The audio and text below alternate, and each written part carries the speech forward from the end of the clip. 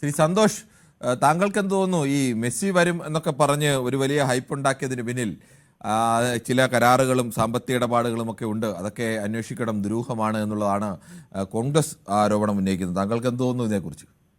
ഇത് ഫസ്റ്റിലെ അനൗൺസ്മെന്റ് നടന്നപ്പോഴേ ഞാൻ പറഞ്ഞതാണ്, മെസ്സി ഒരിക്കലും വരില്ല, അർജന്റീന വരില്ല. കാരണം സാർ നമുക്കറിയാം, ഒരു വേൾഡ് കപ്പ് ജയിച്ച ടീമാണ്. ആ ടീം നമുക്കറിയാം, ഒരു വേൾഡ് കപ്പ് തുടങ്ങുന്നതിന് ഒരു 5 വർഷം 6 വർഷം മുമ്പേ ആ ഗ്രൗണ്ടിന്റെ ഫെസിലിറ്റി എല്ലാം വർദ്ധിപ്പിക്കും. ഗ്രൗണ്ട് ഫുള്ള് ക്ലിയർ ആക്കുന്നത് ആ 4-5 വർഷം കൊണ്ടാണ് ഒരു ഗ്രൗണ്ട് ഈ ഒരു അന്താരാഷ്ട്ര ക്ലബ് രാജ്യങ്ങളൊക്കെ ഇങ്ങനെ കളിക്കാൻ വരുമ്പോൾ ചെയ്യുന്നത്. ശരിയാണ്. സാധാരണ ഇതിലൊക്കെ അന്താരാഷ്ട്ര ഫുട്ബോൾ മത്സരങ്ങളൊക്കെ നടക്കുന്ന ഇത് നമ്മുടെ ദേശീയ ടീമിന് പോലും കളിക്കാൻ പാകമായ ഒരു ഗ്രൗണ്ട് അല്ല. കലൂർ സ്റ്റേഡിയം അങ്ങനത്തെ ഇന്ത്യയിൽ തന്നെ സ്റ്റേഡിയം ഇല്ല, സ്റ്റേഡിയം ഉള്ളൂ. അത് തന്നെ പിന്നെ ഫുട്ബോൾ കളിക്കാൻ അന്താരാഷ്ട്ര രാജ്യങ്ങളൊന്നും ഇങ്ങനെ വരുന്ന വേൾഡ് കപ്പ് ജയിച്ച രാജ്യങ്ങളോ ഒന്നും വരുന്നതുമല്ല. പിന്നെ ഇവര് ഇന്നലെ പറയുന്നുണ്ടായിരുന്നു, അങ്കോളയിൽ നിന്ന് 11 മണിക്കൂർ യാത്ര ചെയ്ത് ഇങ്ങോട്ട് വരാൻ പറ്റില്ല, 5 മണിക്കൂറിലേ യാത്ര ചെയ്യാൻ പറ്റുള്ളൂ. എന്നിട്ട് പറയുന്നുണ്ട് മാർച്ചിൽ വരുമെന്ന്. മാർച്ചിൽ എന്താ അങ്കോളയിൽ നിന്ന് ഇങ്ങോട്ട് ദൂരം കുറയ്ക്കുമോ? ഇല്ലല്ലോ. ഇപ്പൊ മാർച്ചിലും വരില്ല. കാരണം എന്ന് വെച്ചാൽ ജൂണിലാകുമ്പോഴത്തേക്കല്ലോ വേൾഡ് കപ്പ് തുടങ്ങി. ഈ 2 മാസം ഇങ്ങനത്തെ ഈ ഗ്രൗണ്ടിൽ വന്ന് കളിച്ച് ഒരു പരിക്ക് പറ്റിക്കാനൊന്നും ആരും ശ്രമിക്കൂല. ഇതൊക്കെ ജനങ്ങളെ വിഡ്ഢിയാക്കുന്നേ. കാരണം തദ്ദേശ തെരഞ്ഞെടുപ്പും സംസ്ഥാന തെരഞ്ഞെടുപ്പൊക്കെ വരുന്നു. കുറച്ച് യുവാക്കളുടെ വോട്ടുകൾ ഞങ്ങൾ കൊണ്ടുവന്നാൽ കിട്ടുമെന്ന് ഉള്ളത്. ഞാൻ ഇങ്ങോട്ട് കായിക വകുപ്പ് മന്ത്രിക്ക് എന്ത് ഇതിനെക്കുറിച്ച് അറിയാം? ഈ കായികപരമായിട്ട് എന്തെങ്കിലും അറിയണ്ടേ?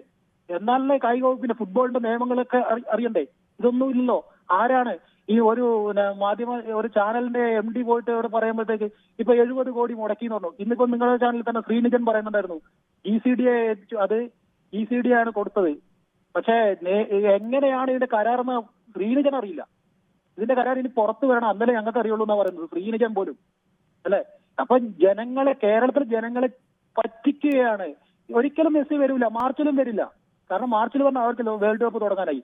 വേൾഡ് കപ്പ് ആ സമയത്ത് ഒരു പ്രധാനപ്പെട്ട ടീം, അതും മെസ്സിയുടെ ലാസ്റ്റ് മത്സരം ആയിരിക്കുന്ന ഒരു സമയത്ത് ഇവിടെ കായിക രംഗത്ത് അറിവുള്ളവരൊക്കെ ചൂണ്ടിക്കാണിക്കുന്ന വിഷയമാണ്, ജൂണിൽ വേൾഡ് കപ്പ് നടക്കാൻ പോകുമ്പോൾ ആ സമയത്ത് ഇങ്ങനെ ഒരു മത്സരത്തിന് വേണ്ടി മെസ്സിയെ പോലെ ഒരു താരം തയ്യാറാകുമോ? ഇങ്ങനത്തെ ഒരു രാജ്യത്തേക്ക് വരൂല ഒരിക്കലും. മാർച്ച് മാസത്തിൽ ആളുകളുടെ ചൂണ്ടിക്കാണിക്കുന്നത് ആ രംഗത്ത് എക്സ്പെർട്ടൊന്നുമല്ല, പക്ഷേ ആ രംഗത്ത് വിദഗ്ധരായ ആളുകൾ ചൂണ്ടിക്കാണിക്കുന്ന ആ സമയത്തൊക്കെ ഇത്ര ദൂരം അല്ലെങ്കിൽ ഇങ്ങനെ ഒരു കളിക്കൊന്നും വേണ്ടി വരാൻ സാധ്യത കുറവാണെന്നാണ് പറയുന്നത്.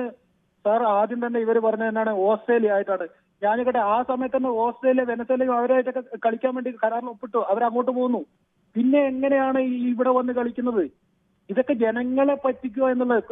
ചാനലിന് കുറച്ച് റേറ്റിംഗ് ആക്കുക, മന്ത്രിമാർക്ക് കുറച്ച് ഒരു പബ്ലിസിറ്റി വരിക, ഞങ്ങളാണ് കൊണ്ടുവന്നെന്ന് വരുത്തുക, ഇതൊക്കെയുള്ളൂ. പിന്നെ ഈ കലൂർ അന്താരാഷ്ട്ര സ്റ്റേഡിയം ഇനി ഇയാൾ 70 കോടി മുടക്കി, ഇയാൾക്ക് എങ്ങനെ തിരിച്ചു കൊടുക്കും?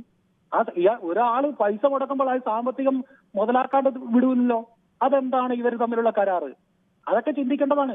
ഈ 70 കോടി മുടക്കി വെറുതെ വിട്ടിട്ട് പോവാ. ഇന്നലെ ആന്റോ പറയുന്നുണ്ടായിരുന്നു, ഞാൻ 70 പൈസ പോകുന്നെങ്കിൽ പോട്ടെ എന്ന് വെക്കുമെന്ന്. ഇതൊക്കെ തന്നെ മാത്രം ഈ കേരളത്തിലെ ജനങ്ങളെ എത്ര ഇതാക്കാനുള്ള ഒരു കടപ്പാട് എന്താണുള്ളത്? കേരള മന്ത്രിസഭയ്ക്ക് പോലും ഇല്ല, കേരള ഗവൺമെന്റിന് പോലും കേരളത്തിൽ നോക്കണമെന്നില്ല. പിന്നെയാണ് ഈ ഒരു വ്യക്തി വന്ന് ഈ കേരളത്തിലെ ജനങ്ങളെ അങ്ങ് ടൂറിസം പ്രൊമോഷനിലേക്കല്ല കൊണ്ടുപോകുന്നത്. അപ്പൊ ഇതൊക്കെ ചതിയാണ്. ശ്രീ സന്തോഷ്. ശ്രീ ദാസനാണ് കണ്ണൂരിൽ നിന്നും. ശ്രീ ദാസൻ, താങ്കൾക്ക്